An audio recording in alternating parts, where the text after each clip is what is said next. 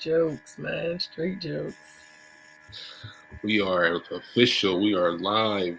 Let's go. Let's go. What's going on, everyone? This is Leveraging Your L's, brought to you by yours truly. My name is Rafael Jemison, also known as Stamp or Stamper, depending on who you know. And then we also have my lovely co-host in the building, Tierra Bryant, the efficient. How you doing, T, on this lovely Thursday? Man, let's see. How am I doing? I'm doing pretty good. It's a heavy wedding weekend, so we love to see that. My birthday's on Monday. I turned 30, so we love to see that. 30-30. Let's 30 go. 30. Just joined a fiance club, so we love to see Hey. that. And the haters is hating, but we ain't gonna let them get us down, okay? Somebody out here stamping my name, stamping bad dirt on my name, Yeah. man. Out here, it's crazy. We gonna have to talk about it because I don't know who else have experienced this. Have you heard of this in the industry before? Have anybody talked about this? No, only thing I hear about when it comes to protecting identity is verifying ID or for the people that work for documents that we're notarizing. But as far as a conversation, how we protect ourselves, I don't think I've seen that out there. All right. Well, I guess we gotta have it, right? Let's do it. Um, so it How has was been about it's been about a week or so since we last had a chance to talk. You it? know, our respective businesses keep us very busy, so it's kind of cool that we're able to get together today. But this week has been pretty good. It's like 5 consecutive weeks of just 10+ appointments, which is just crazy. I'm at 14 for the week. Yes, Two man. apostilles. I outsourced my first apostille this past Monday, so that was pretty dope. Got another one that we doing in Tennessee. So it was interesting learning about that experience. And I got another phone call today for a local apostille, but hopefully we can close. I spoke to her this morning. She said she's gonna give me a call back in a couple hours or so. But I don't like waiting for people to call me, so I followed up. So she ain't answered. So the only thing I did is left a message, and hopefully we can seal the deal. Yeah, that's it. Oh, that's Seal what's the deal. up. I love to hear that. Yeah. Business is moving good so far. I don't know how long it's gonna keep going, but got to continue to embrace the moment and just enjoy it. Yeah. But enough about my week. You've had a very interesting, what, 48, 72 hours to say the least? Yes, A very very. interesting 72 hours to say the least. You shared some things with me in regards to potential fraud and things that's being done. Pretty much that's an attack that's pretty much going on. Right. And it's very interesting that this is happening to you. You have a great attitude about it. I will say that. I know if that was me, I'd probably be stressing right now. Like, hold on, what's really going on? We need to get this thing figured out. But you Yeah. seem very composed regarding the matter. So let's just share a little bit about what's been going on in the last few days or so in regards to your notary commission.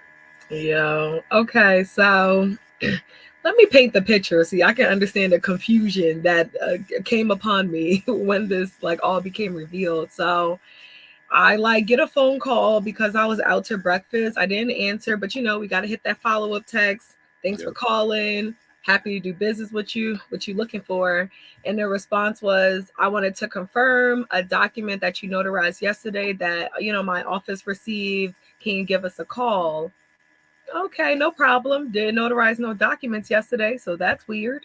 So give her a call, or I give the person a call. It was a woman I answered. And then she transferred me over to the attorney, and the attorney explained that he received the document yesterday that had my notarization on it. He wanted to verify my signature because the person's like movements for the application, or there's just some red flags that happening within the transaction that he like made me aware of that brought like the red flag. So he wanted to verify the identity because he couldn't get a hold of the signer on the phone.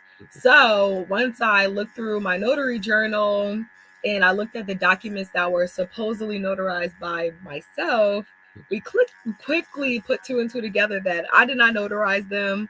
One, the way that the person signed, I do not sign ever like that. I sign like the way that the way that you're supposed to sign a document, basically. Mm-hmm. And then also, like, they use an embosser. not needed in the state of New Jersey because it doesn't really like read well, as opposed to which we are supposed to use. So already just not done the right way, not done the Tierra way. So I got issues with this. And more importantly, somebody like created a fake identity in my notary name. And I don't know if I'm like should be upset, swindled, or honored because at this point, like what? Yeah. But they are basically committing not only notary fraud, but I guess like a regular fraud too, because they're falsely putting in loan applications and then falsely notarizing those loan applications. So I got another call today, same situation. A title company got documents notarized, could not read the stamp, wanted to verify, and emailed me. So called immediately, again, had the same conversation. So the real question is, how are we protected as notaries? How is our commission protected?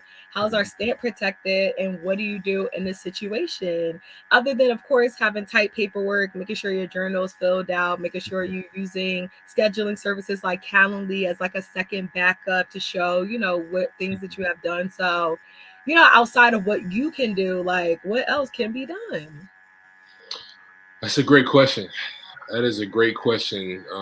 It seems this is more of like a cybersecurity issue. It seems Right. because we know the basic stuff in regards to like protecting our businesses, right? Right. If we happen to like said verifying a person's identity, making sure our journals are filled out correctly, Right. making sure our stamps are clear, make sure our business is protected, just in general from an insurance standpoint. Like we know all of those things, but I don't think there's been a conversation about as far as like on a tech level, like how do we protect ourselves? Because we just before we jumped on, we were able to actually go to our SOS website, and we can actually they have active notary databases on there, so they can actually see who's active as a notary, and it has our name Yep. and it has our address as well. Yep.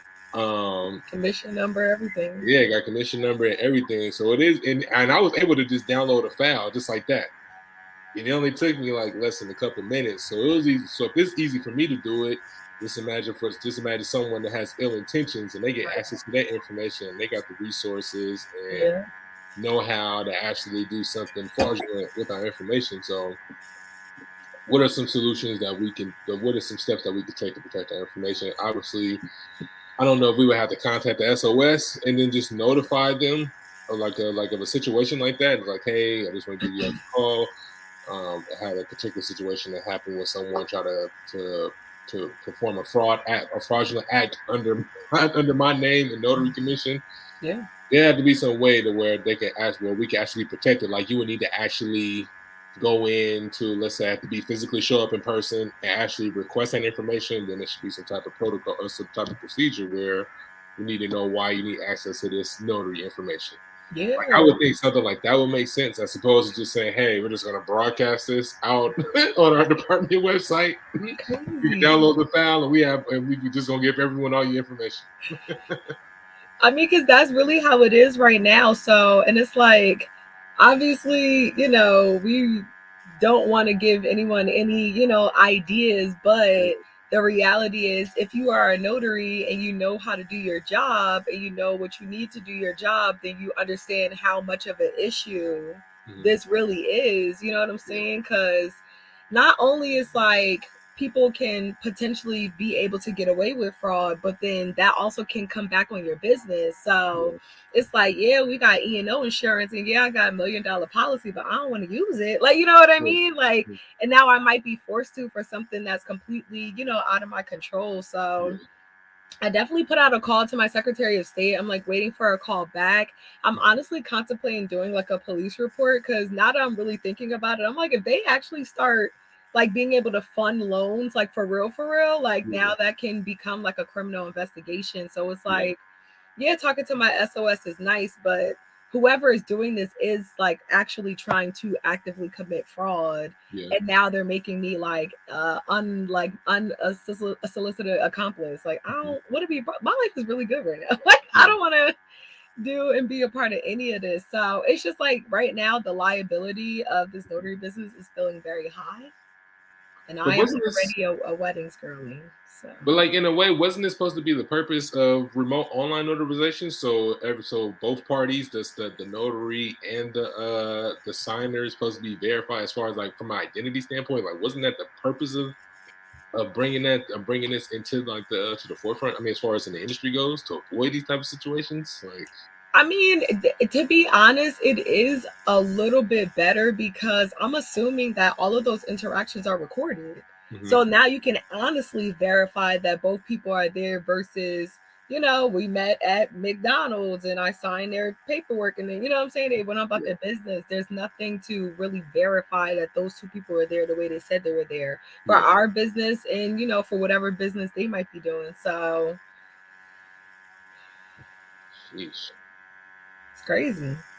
I would say, well, so for a person, let's say for a person that's getting their document notarized, right? What would you say are what are some things that the consumer should do could do to verify that they actually are working with a notary, right? They working with an actual person who's just and not just random who just say, "Oh, I got a stamp, I can notarize your document," and that person who's stamping your document is not the actual notary that's Yeah. doing it. Like, what are some things that a consumer could do to avoid it to actually know that their documents are being notarized legitimately? I mean, you definitely want to verify whoever you're making that appointment with. I'm assuming if you like calling an independent notary company and like you're making an appointment, you looked at their website, you have, potentially seen what that owner may look like, even though that may Mhm. not be the case. Like in the case of, you were saying you're sending someone out or Yeah, you're working with someone in a different state. So even if you're at the face of your business, you're not who they're going to see. yeah, So in that regard, it's a little difficult, but shout out to Corinne, my co-host for Womenomics. She got me to do these little like notary public, name tags. mm, So I have that. So, yeah, I've even heard of some notaries having the signer ask to see like their like license or to see their like, photo ID to verify that they are who they say they are too. So yeah, I think it's really up to like each individual signer, doing their due diligence, but I don't think people even ever think about what if the notary ain't say who they say they is. Like I don't yeah, even think people would like, what I'm saying, like conceptualize that. But as we see, it's like it is a real thing. Like, and yeah, if someone, wanted to do this, it's unfortunate that they have access to, a lot of the things that they need to successfully pull this off. So yeah, it is very just more scary because it is like actually happening to me. But as yeah, someone who, if you're a notary watching this, like I ain't special. yeah. You know what I mean? Like the accessibility the smoke can be for anyone in that regard. So I mean, I I don't mean, know. I don't know what I'm gonna do because I just feel like the possibilities is infinite at this point. Like you're already doing it. You're doing it in different states because that attorney was the first call. The attorney was in Georgia. mhm. This title company was I can't even tell you. Hold on. And now every time my phone ring, I feel like is it going to be madness or Yeah, like what? yeah, So that's a trip, man. That is a trip for that to these happen in people two are in different states. Illinois. I wonder if they can track them down. There has to be some type of way they can be tracked down. Because is it the same person, or is it a different name? They're using a different name, and like the first person, they sent me whatever ID that was sent in by that person. So once I saw the ID, I'm like, oh, I definitely don't remember seeing this person. I don't remember that name, and for me, when I write down people's driver's license or like their ID, I write down, what state it is as well as like the driver's license number. So at this point, it's like I know pretty much who I seen based off of their driver's license. But no, this is quite mad if you ask me. Quite mad. Sheesh.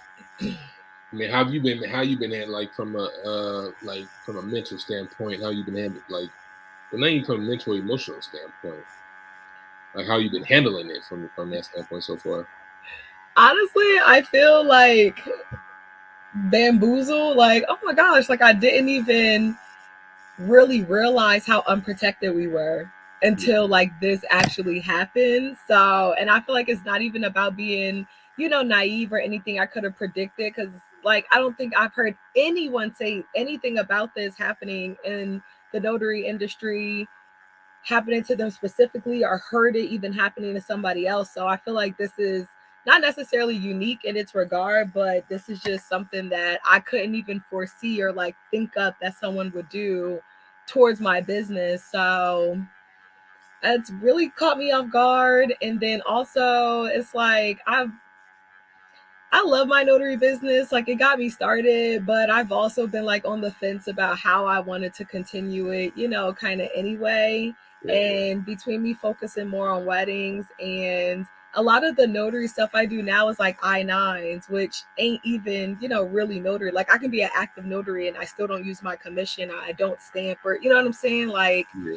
so if I'm like, all right, if I can, make a little change with that and continue doing my weddings, do I really want to continue promoting my notary business in that same way? Yeah. So I've kind of already been feeling like that. And I don't know, I just feel like this happening. And again, the liability factor is just making me want to think a few things. Let's switch it to a positive note. I'm gonna say from a positive note, even though right now it's been looking a little murky, I would say from a wedding standpoint, Mm. um, I say from a wedding standpoint, I love you. Well, I don't know if you want to share what you share with me today, but I feel like you're starting to become a master of your craft within that area. Mm. And I think the results, what you're getting, is obviously showing that. So I would say for you, maybe notary probably shouldn't even be a focus anymore, just because of what you're, because of things, because just from what I'm seeing on the wedding side, and Yeah. I don't know. I don't know.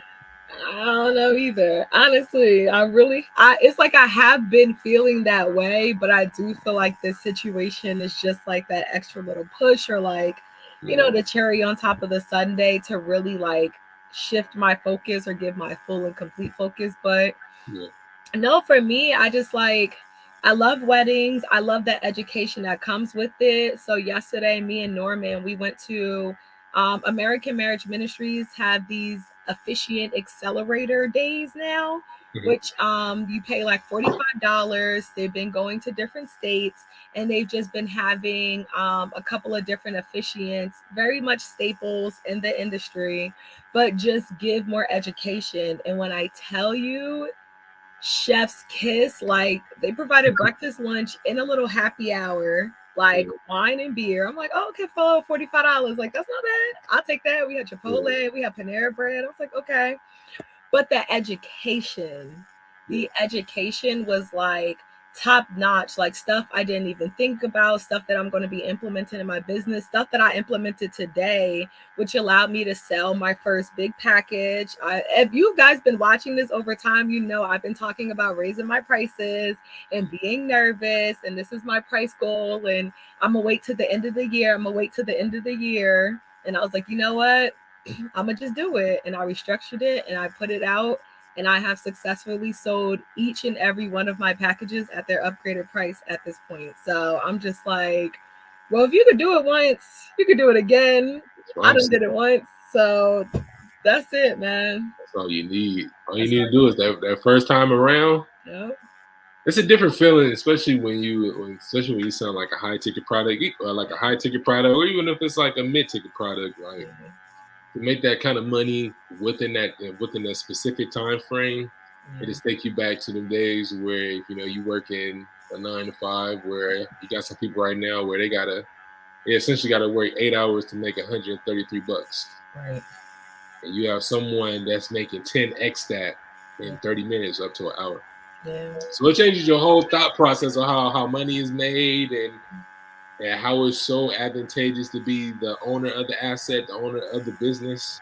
Yeah. It's a great feeling, and then it's also a great feeling to know that when you do make that decision to upgrade your price, and it works out and it proves everything you said about yourself. That's true. Nah, that's really the biggest one, because that'd be like the fear. You're just like, they ain't gonna pay that, or whatever. Yeah, And don't get me wrong, it wasn't like the easiest sell because they're like, okay, well, what's the difference between this one and this one? And it's Yeah, like, it really does feel like great after you like, all right, well, this is the differences and this is why this one is more. And they're like, oh no, yeah, we want the more one. You're just like, yeah, that's right, upgrade for yourself. That's right. yeah. And I don't think that's what's also talked about is when people when they talk about charging a higher price. Yeah, it's easy to set that price at that price point, but it's not. It's a whole nother ball game to where you got to actually articulate what are you getting when you're paying this price. You know, the services, the features, the benefits, all that stuff. I think because when you made that decision to go into this craft of becoming a wedding officiant and doing so many weddings and having the experience being on those consultation calls, all of that stuff culminates to this moment to where you say, all right, I'm gonna set it at this price. And then as soon as you say what that price is, and they actually what's the difference between the two, what are we getting from here? Yeah, You able to answer all their questions and seal the deal. yeah. Don't get no better than that. Hey. Don't get no better than that. Yes. So definitely that was just a great experience. Like I said, the stuff that we learned yesterday, Yeah, I implemented today. And I also feel like that got the sale too. It just was a different approach. It was just more personable, more welcoming, yeah, less of me, more to them. And it even just shift down to make my process that they're paying for feel more bulkier, like feeling like they're yeah. getting a lot more. So I just feel like all of that really just came together and they really loved my business name. They thought it was very funny, very punny, Mhm. and they like my energy and my photos. I think after that, like I'll say this. One of the officiants that spoke yesterday, his name is Officiant Jimmy. He's like in the I think like Seattle-ish, whatever, like over there, type of area. Mhm. And I think he makes 18 a ceremony. 1,000? 1800. Oh, I was about to say Well, 18,000. I was gonna say, damn, I know. 1,800 per ceremony. Per ceremony. Per ceremony. He does not have a website. All of his leads come from social media, come from his Instagram, and comes from hot referrals, other vendors, wedding pros, stuff like that. And his biggest thing is he is who he is. He is who he is. He's fun. He's surprising. He seals all of his ceremonies with a shot, whether it's a shot of water, shot of alcohol, shot of something. Yeah, And he just spoke. His presentation was about just like connecting with the couple on a deeper level and just yeah. cultivating like authentic like relationships with them. And I was just like, wow, like 18 a ceremony, like I could 5 years in the game, 6 years in the game, like I can't even imagine, but I see the possibility. 1,800 per wedding per ceremony. How many? Did he say how many he's doing a month? He doesn't say how many he's doing a month.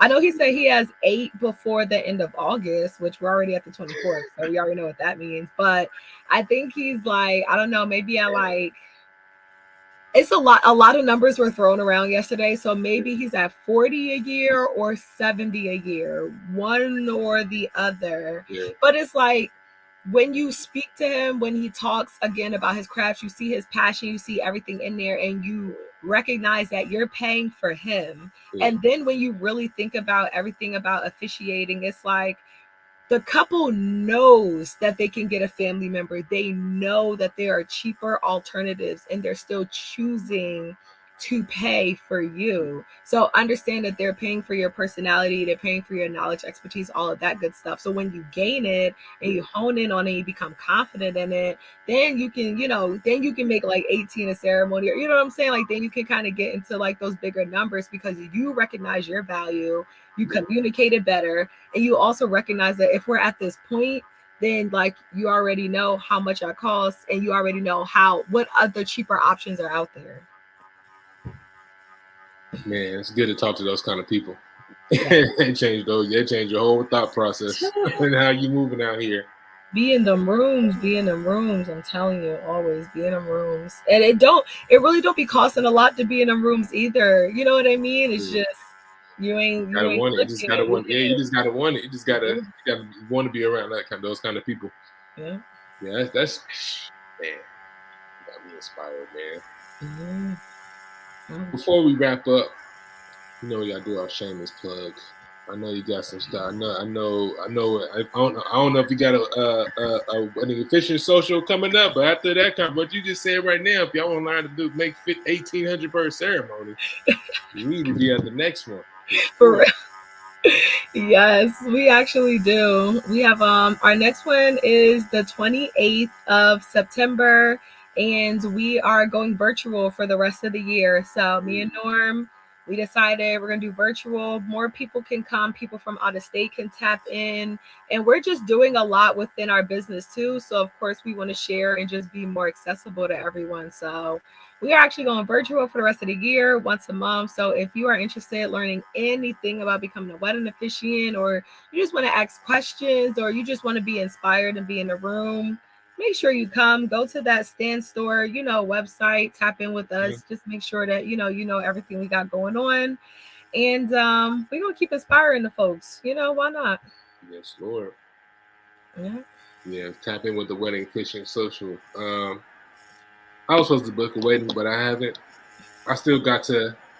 Well, it's August. I still got a few more days. I've been. I still got my profile open on Thumbtack. But yeah, these people. Oh yeah. So oh yeah. Just on a good note. If anyone email me talking about no on Thumbtack, so for one Uh-huh. signature signings, I'm not declining those. I'm declining those all It's day. over. It's over. It's over. It's over. Nah, I mean I leave it open, but yeah, I get people even with the serious inquiry notice. I still get people that want they hitting all these notaries up. Like nah, I'm cool. Yeah. I'm gonna leave it open though because I'm still trying to book my first wedding. But as far as the notary assignment, Savannah estate plan signing or big ticket signing, I ain't doing it. I'm cool. Yeah. I'll pass. What we got coming up? I was supposed to have the workshop. We were supposed to do this past Monday. No, I think past Monday or Tuesday. Unfortunately, I wasn't able to do it. It's been a very extremely busy on the offline side, so it's been kind of difficult for me to do a little bit both of doing the content and um, doing these workshops along with running the business because things are growing. So I'm telling y'all, please bear with me. I still are able to help you to get business, but as far as like on the teaching standpoint, it's been kind of a little busy on my side. So, but we're gonna end up getting to it when things slow down a bit, probably. I don't know, at some point, maybe at the end of the Might year. I not don't might know. not slow down. I don't know. Might Hopefully, it not don't slow slow down at all. But down. Right. yeah, I'm not gonna say everything's gonna slow down, but I'm realistic. I know there's an up and down part of this business. Some months where it's like really really busy. There's some months where it's kind of steady. When it's steady, it's like okay, I could probably get a squeeze in a workshop or so. But lucky, but that's all. But otherwise, if you're a notary watching this, shoot me an email, shoot me a DM. We would love to have you part of our network. Stamper signings. We're always looking for notaries to work with. I'm actually looking for people that do notaries that do reverse mortgages. So if you're watching this and you do reverse mortgages,